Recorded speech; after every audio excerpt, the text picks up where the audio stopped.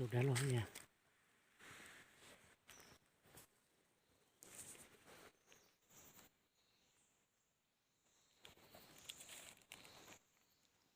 nhớ rồng trồng phí nó chè cụ thể tụi nó xây tốt cho nhưng nó sẽ có cái tốt cho liền nó chả nó kia ôm một tí thì như rõ rõ tỏ thì của rồi rõ rõ tỏ nó nữa rồi rõ rõ tỏ nó sẽ bấm không chả này ít chỉ trốn thôi mà cho bên mua rõ nán nó chỉ chống bộ hồ nó không biết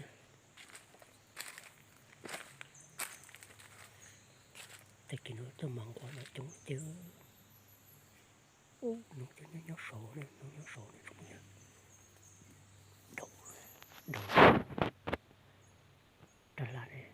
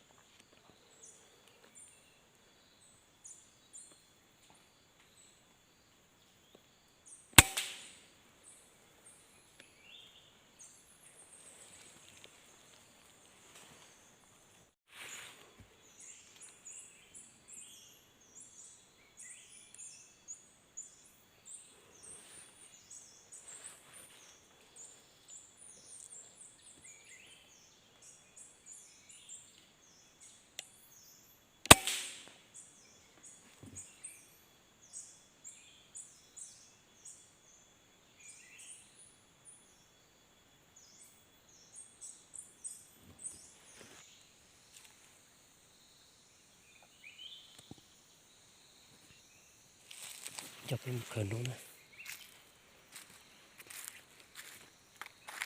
ghé mà chỉ tôi mà để tung nữa nó lò nát chỗ ấy nó có can nó xứ này có can nó chỉ dần chỉ lại rồi bê xe nó chuẩn bị tôi cũng còn nó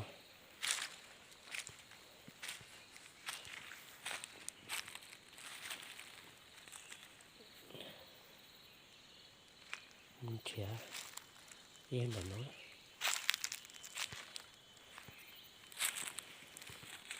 ôi giời có ai cũng rất tận nó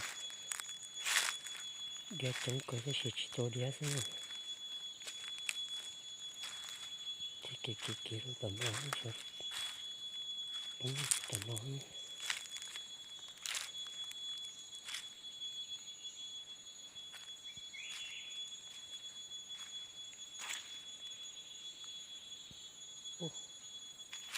hàm nó quan nó sao mới chụp bỏ nung nữaตัวตายจะหลอกเขิมจะปอกนุ่งตัวเฟื่องนุ่งปุ่งตัดจานนุ่งแล้วก็ตีนี่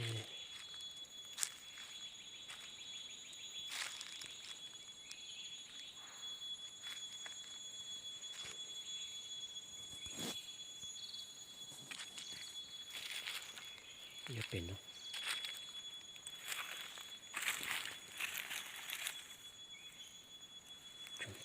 ตัวจะปุ่งก็ตีอยู่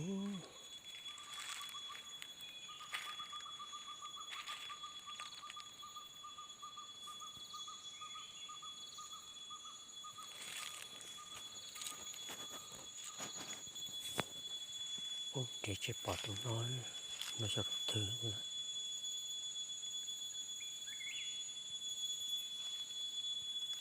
Để chỉ tôi bà tao đồ nó đồ chỉ lo đấy.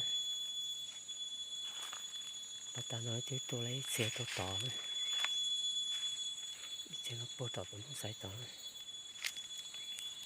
Ô, chỉ bỏ cả lẽ. Cũng nó chỉ bỏ cả lẽ.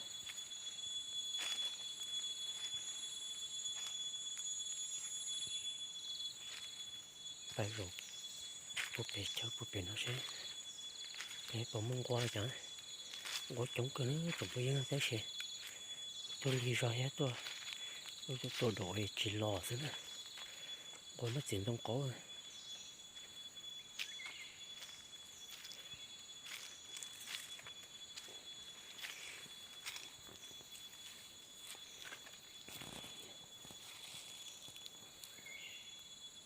Lúc nó sẽ có. Tôi lấy tôi tầm nói. Bà tàn đâu lần này chỉ thay thế nè. Lấy bởi nói. Đồ chống cứng đó. Lấy blog chú đủ. Đế chống cứng. Tôi đã nói nha.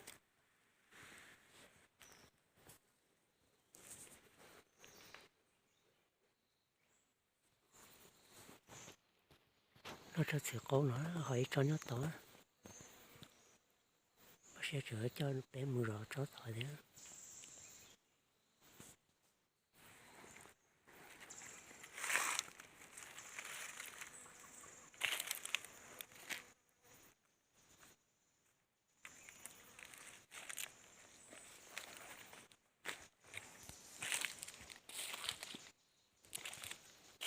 Đi linh đi trả nó kể rõ.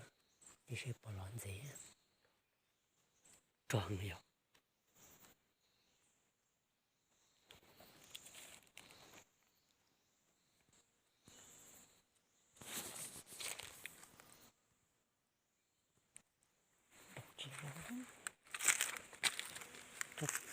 Có từ là phải nó chỉ lo đi cho nó còn lo cái nó đâu có lo nó tôi không nhớ cái gì phía rồi thôi đầu chúng kia này blog tôi đồ bé chú nhở blog chú đổi chú đã lôi à